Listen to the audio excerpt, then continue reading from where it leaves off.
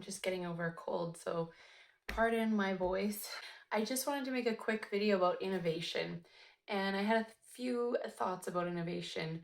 To me, it's a word that gets thrown around a lot, but it has sort of a meaning that's not always understood, or at least the meaning that I take from it is not always understood. So to me, innovation means being able to solve problems in unique ways in order to overcome challenges. So to use it in a sentence, for instance, how do you innovate around something? So there's a specific problem or challenge that you have that's made uniquely difficult by some sort of a roadblock or barrier. So innovation can be seen as sort of that bridge to overcome the barrier, to cross the chasm. So that's how I think of innovation, and that's what I think of when I think of what it means. So to me, the next part to this is innovation can be applied in any industry, in any job, and in any part of your life. So I just wanted to give an example from my personal life.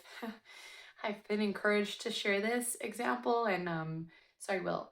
So my son, we just had his 3rd birthday. He really wanted a Nightmare Before Christmas cake, and I really wanted to make him a cake that was pretty unique and true to the essence of the movie. I'm not a cake maker. My background is not in cake making. I just got into cake making as a hobby because there's people who have birthdays and I wanted to make them cake. So what does this have to do with innovation? Well, I wanted to make the Nightmare Before Christmas cake that was really unique and captured the movie. And one of my favorite parts of the movie, I don't know if you've seen Nightmare Before Christmas, but there's this scene where Jack, the skeleton, like walks down this hill, and the hill kind of like unfurls beneath him. And he walks down this very steep hill. When I think about innovation and how can I make a cake that kind of captures that moment, I guess I think of innovation as my process to follow in order to do that. So how can I make a hill that unfurls out of cake? So I did. So here's a little, I'll insert a clip or something or a picture of the cake and how it works. Basically, you can see that the solution was to I created my own like party blower that unfurls underneath and unwinds so the ground sort of like moves out below Jack, sort of. So that's the idea. And then the other cool thing that I wanted to add because it is a cake for a birthday, is how can we make this so that it also blows out the candle at the same time? So I created a tiny little hole in that party blower that I made so that when it unfurls, the air coming through the blower blows out the candle at the other side. So how is this possible? How is it possible to come up with something that solves a problem like this? So to me, the very first step in innovation is to reframe everything.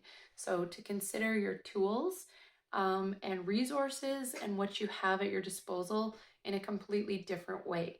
So with the cake, instead of just thinking like, okay, I have flour and cake batter and like an oven, like I expand that out to think I have anything. I can use whatever I want to solve the problem, not just cake related things. So that was sort of step number 1. It could be anything. And then I think that means I can use any tools and any processes and anything else, even if it's not related to cake. So that's step number 1. Step number 2 is to kind of like think about, in this case, like shapes and form and function in a completely different way.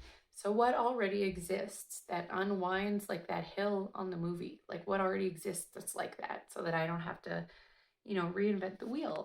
And I was at a different birthday party for my niece, and we were using those party blowers, and I just got to thinking, oh, that looks a lot like the hill off the Nightmare Before Christmas scene. So okay, so like maybe we could use that, right? And then I think the final step is like, okay, so now that you've decided on these tools that you've got, these tools or processes or whatever it is you're going to use, and this can be the tricky part, is how do you merge them together? So how do you merge a party blower with cake, and you've kind of got to figure out how to do that. but at least now you know what your tools are. You know what your products and materials are, and you know what your goal is. So it makes it a lot easier to get to that end result where this plus this equals that. Like, you know what you're trying to build, you know what like the equals blank is, and you kind of know what some of your tools are. This plus what, some kind of process or some steps. How do we actually build the thing?